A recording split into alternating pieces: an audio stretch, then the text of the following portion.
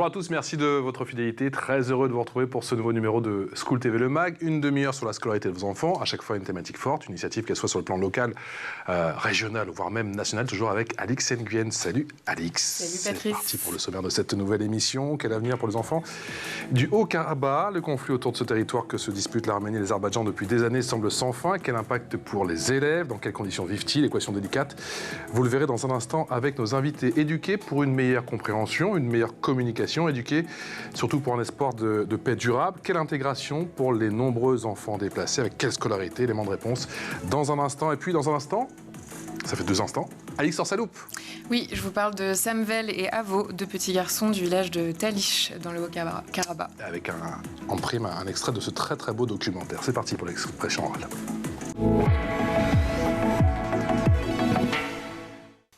Et je vous présente mes invités pour cette nouvelle émission. Elodie Gavrilov, bonjour. Bonjour. Merci d'avoir accepté notre invitation. Vous êtes doctorante en histoire contemporaine au CERSEC. Le CERSEC, c'est... Oui, au CERSEC, Centre d'études des mondes russe-caucasiens et centre-européens. Oui, c'est la petite interro surprise, vous voyez. Voilà. Et vous êtes enseignante à l'INALCO. L'INALCO, c'est l'Institut des langues et des civilisations. 100% magnifique. Parce que des fois, les gens ils sont surpris, ils disent zut, c'est la honte, j'ai oublié, j'y suis tous les jours. Où est-ce que je travaille? Où est-ce que je travaille au quotidien? Élise Bogossian est également avec nous par Skype. Bonjour Élise. Bonjour. Merci d'avoir accepté notre invitation et de nous accorder ces minutes ô combien précieuses. Vous êtes fondatrice de l'ONG Elise Care. Quelles sont les missions de votre association? Nous avons pour mandat principal d'apporter une aide médicale et psychologique d'urgence dans des terres, des territoires en proie au conflit. Nos cibles, nos bénéficiaires, nos principaux bénéficiaires sont les femmes et les enfants. Il se trouve qu'ils représentent 70 à 80% des personnes réfugiées, des survivants, des déplacés, aussi des victimes de violences, de torture, de maltraitance. Et on a un volet assez important autour des femmes et des enfants.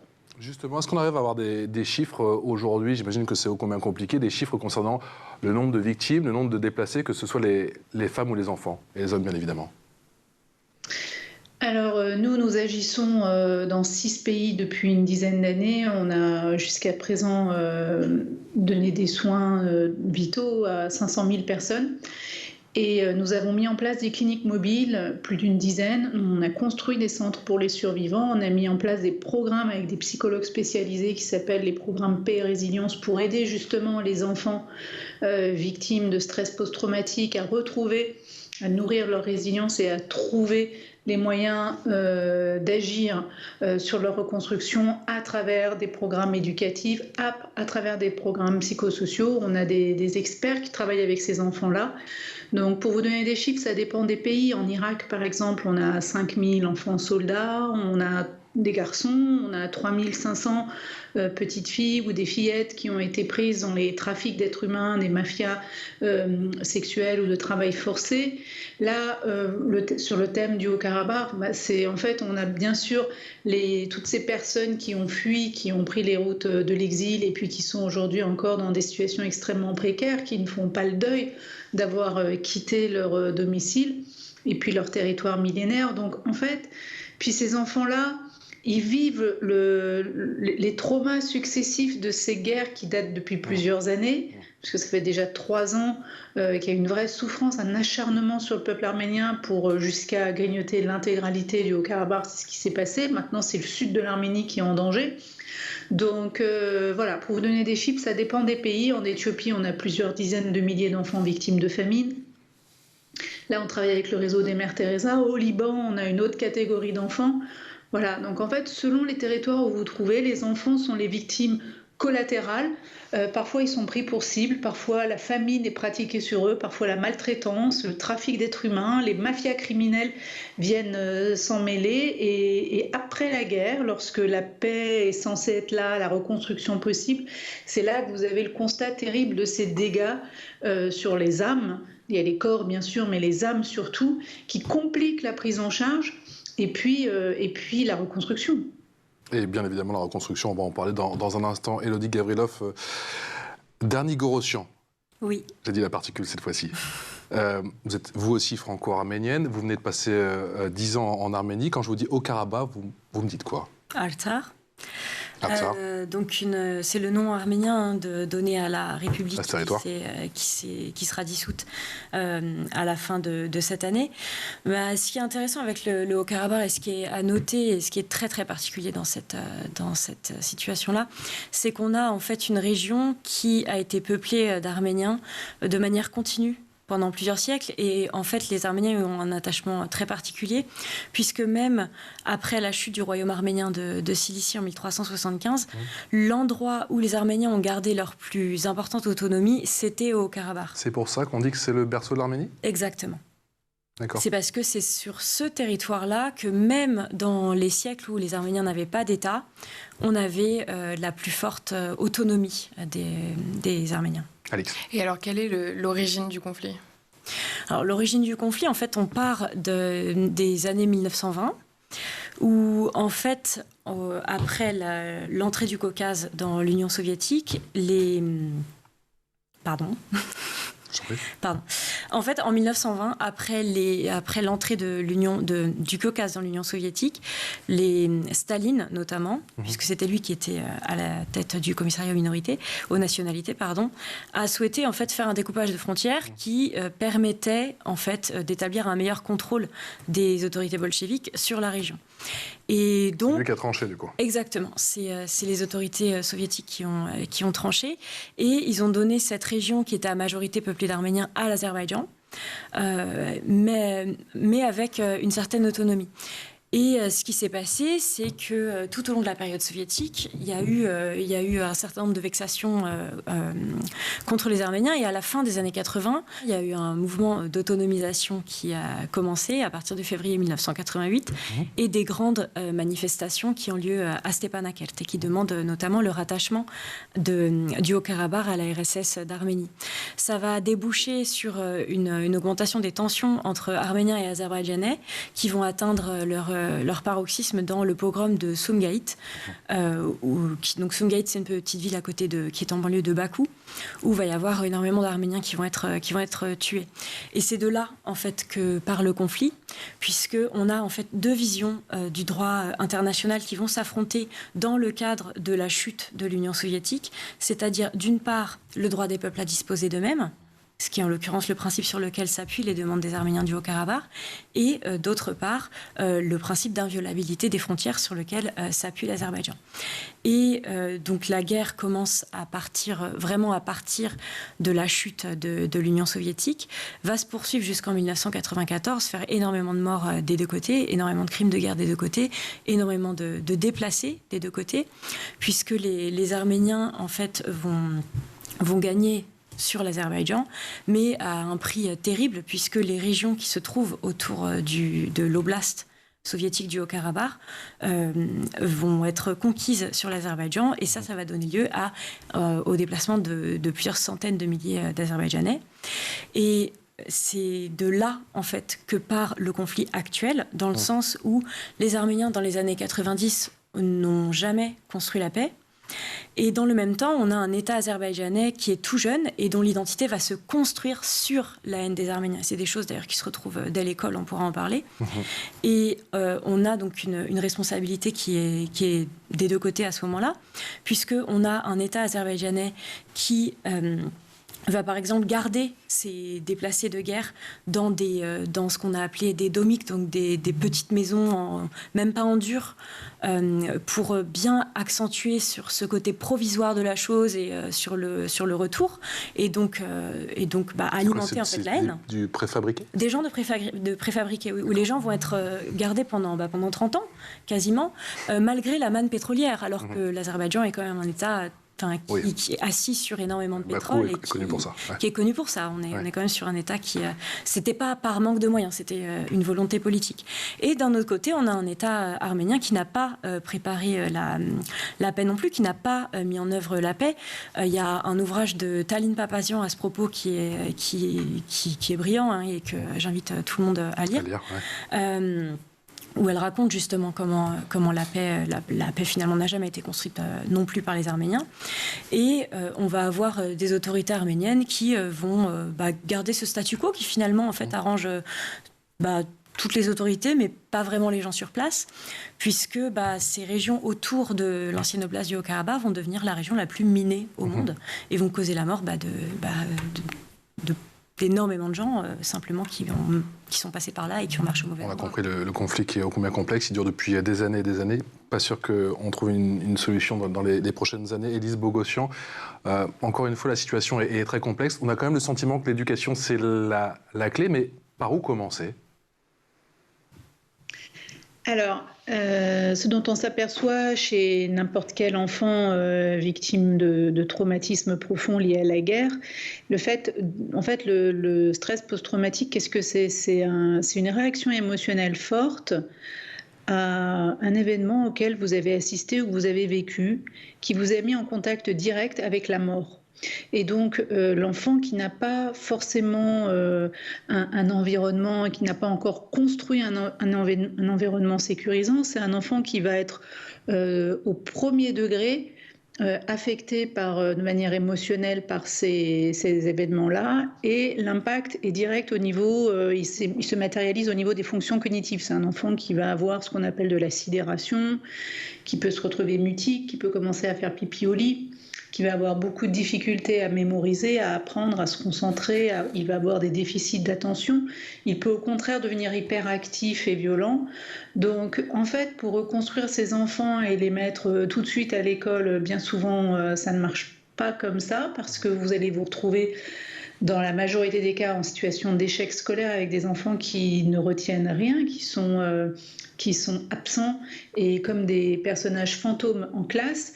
Donc il y a vraiment un travail d'accompagnement à faire pour recréer un espace sécurisant dans lequel l'enfant va recréer des conditions propices à son développement. S'il a sa famille auprès de lui, c'est encore mieux. Malheureusement, ça arrive très souvent que les enfants se retrouvent séparés de leur famille, de leurs parents, qui se retrouvent orphelins. Parfois même, ils ont vu et assisté au massacre de leurs parents. Donc le travail est plus long dans ces contextes-là. Et il est encore plus long lorsqu'en plus l'enfant a été victime de sévices physiques, sexuels, de torture, dans des prisons, peu importe quoi.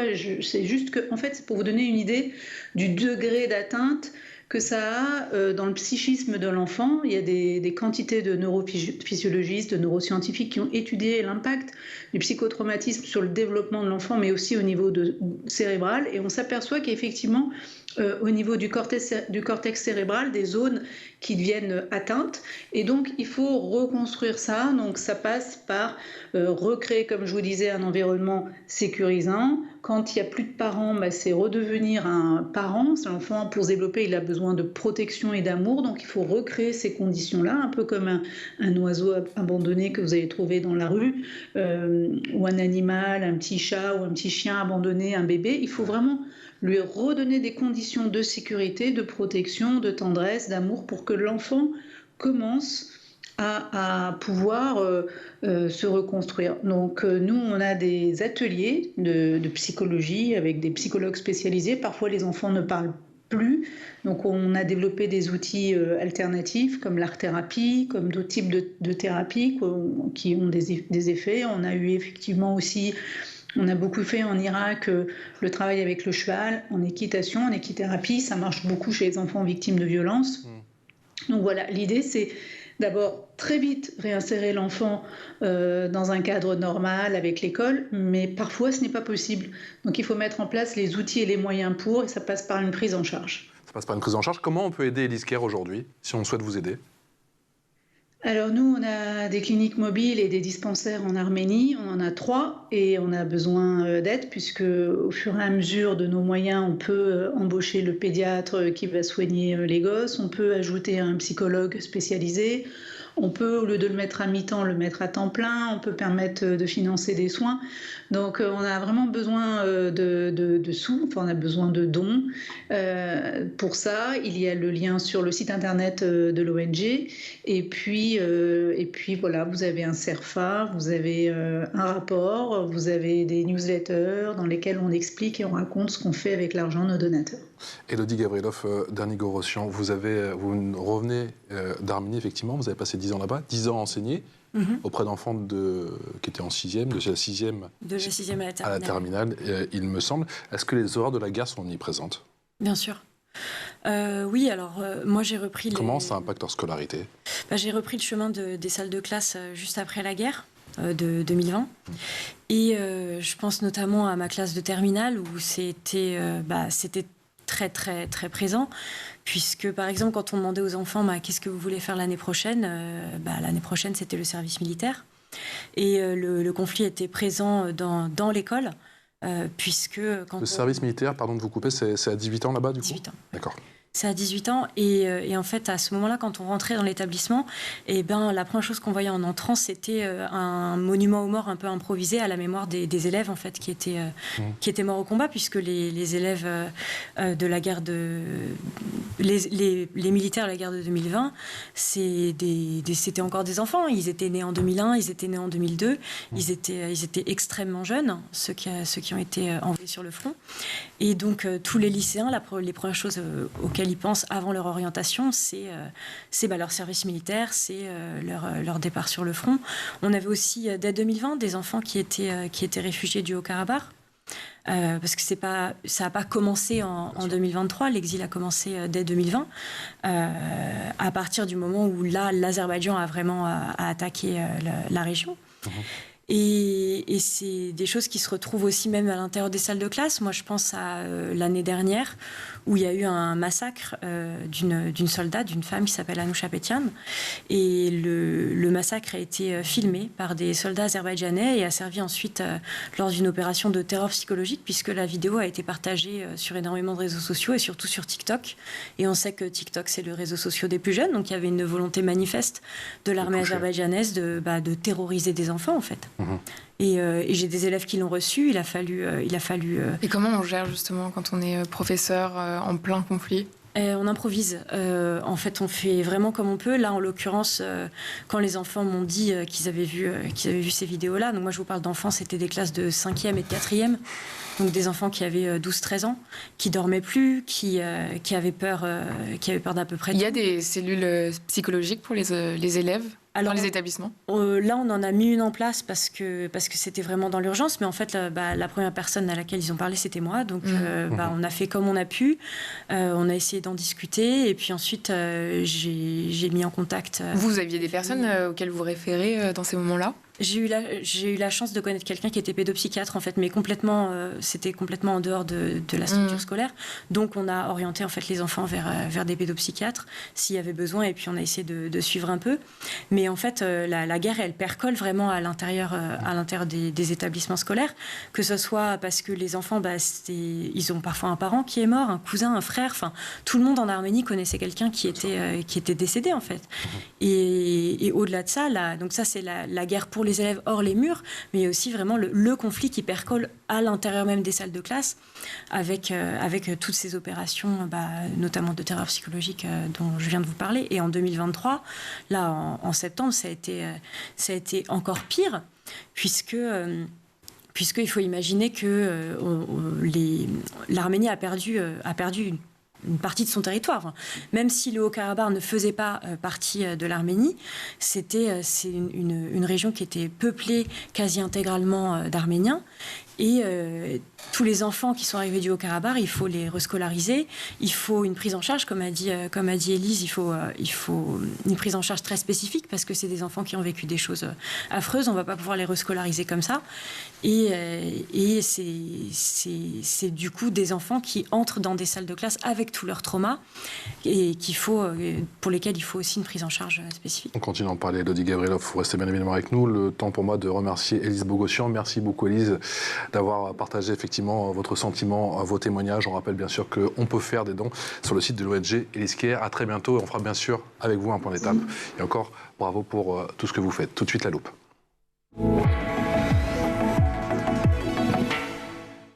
La loupe d'Alix Nguyen. Alix, tu nous emmènes cette fois-ci à Talish, c'est un village du Haut-Karabakh. Oui, grâce au travail d'Alexis Pazoumian, il s'est rendu dans ce village de montagne, un village en première ligne, à quelques kilomètres seulement de la frontière avec l'Azerbaïdjan. Le reportage commence en janvier 2020. Alexis y filme alors le quotidien de deux copains de 10 ans à peine, Samvel et Avo. À cette période, les enfants et leurs familles ont déjà enduré des bombardements en 2016, détruisant le village et entraînant 4 années d'exil forcé, 4 années au sortir desquelles, malgré les risques, les familles de Samvel et Avo, tout comme 50 autres familles, décident de revenir s'installer sur leur terre natale, dans de nouvelles maisons. Pas question d'abandonner leur village, mais seulement voilà, en septembre 2020, tout bascule à nouveau. Une nouvelle guerre éclate et frappe le village de Talish, bombardé puis conquis par les forces azerbaïdjanaises. Encore une fois, leurs maisons sont saccagées et leurs terrains détruits. Au fil de ce reportage, nous sommes témoins de l'évolution de leur histoire, complètement chamboulée en seulement quelques mois. Les femmes et les enfants prennent la route en direction d'Erevan, la capitale arménienne, où ils trouvent refuge aux côtés de dizaines de milliers d'autres exilés, pendant que les hommes s'engagent sur le front. Sur la route de l'exil, nos deux protagonistes sont séparés pour finalement se retrouver un mois après, le temps de se remémorer quelques souvenirs.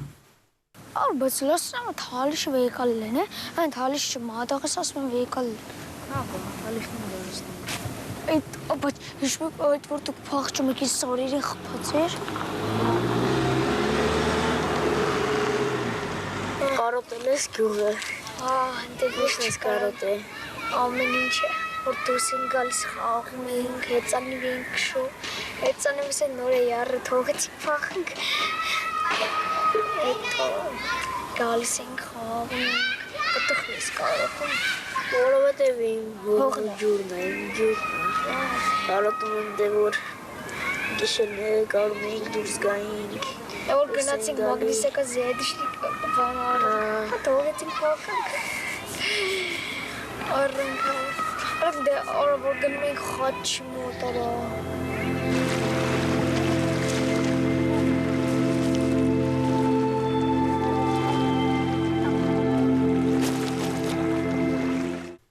Le documentaire s'appelle « Au Karabakh, 2 enfants dans la guerre ». Élodie, Avo et Samvel, est-ce qu'ils peuvent encore espérer revenir un jour dans leur village ?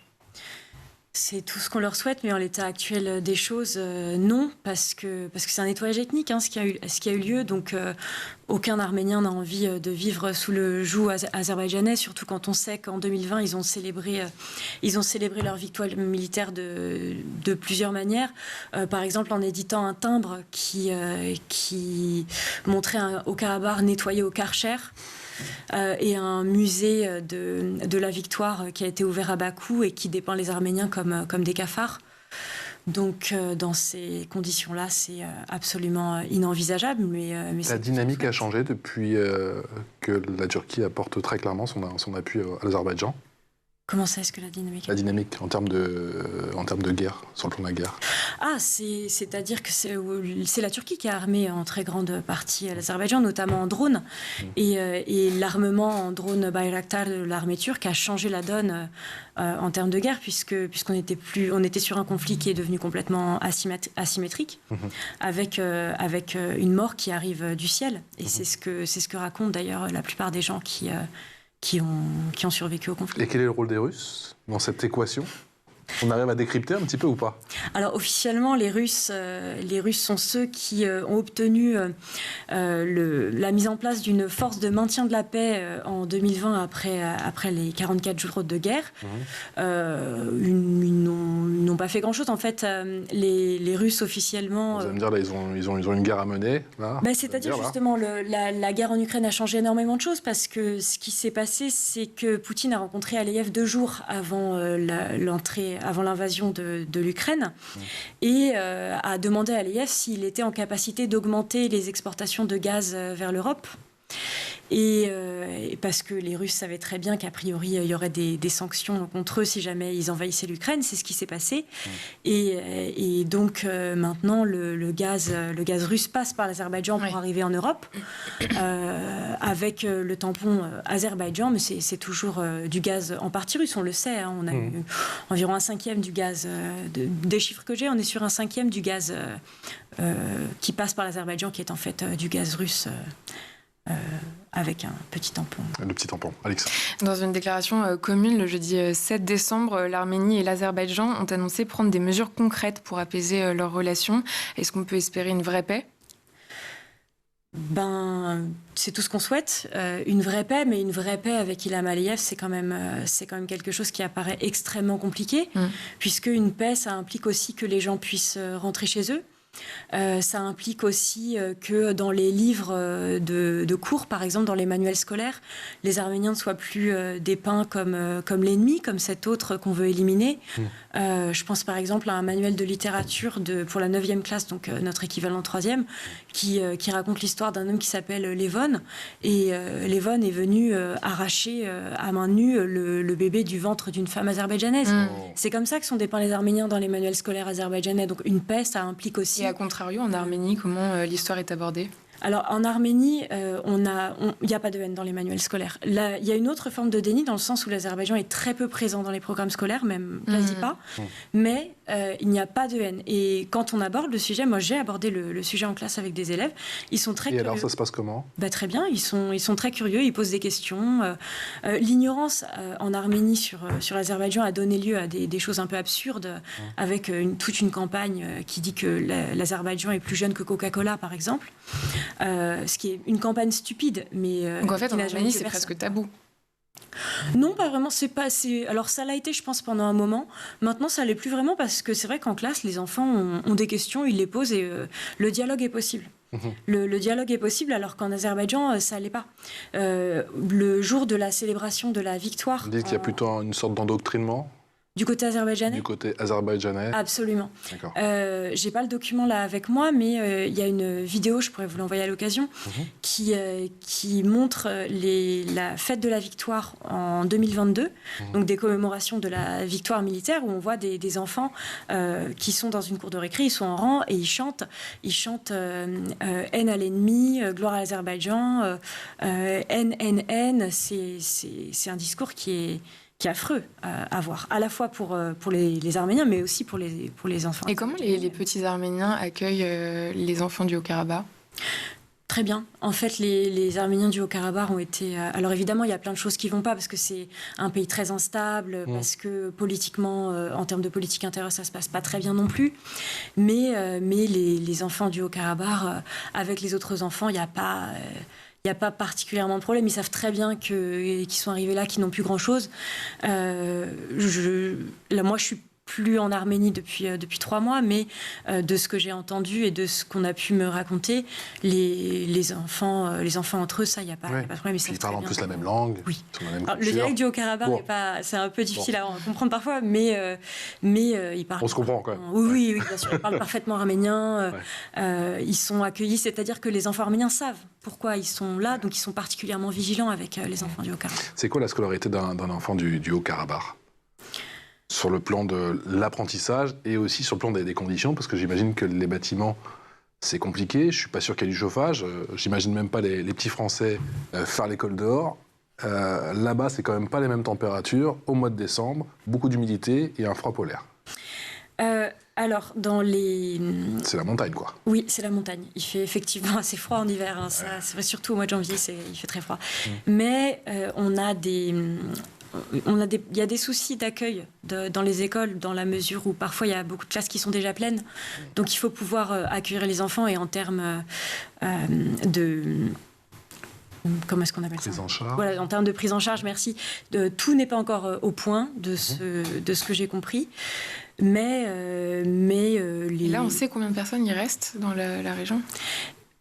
Quelques dizaines tout au plus. En fait, les personnes qui sont restées, c'est les personnes qui ne pouvaient vraiment pas être déplacées. Certains responsables... Des personnes âgées ? Oui.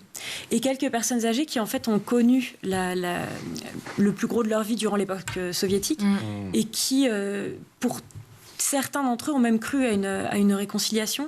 Il y a un documentaire qui est sorti sur cette question il y a quelques semaines, où une jeune femme raconte comment son père est tenu à rester à Stepanakert, et comment il pensait vraiment, il a vraiment cru à ce discours. Mais c'est la même chose dans le documentaire que j'évoquais dans la loupe, c'est la grand-mère reste toute seule dans son bunker à Talich. Ben voilà, en fait, le papa... Pour le symbole aussi.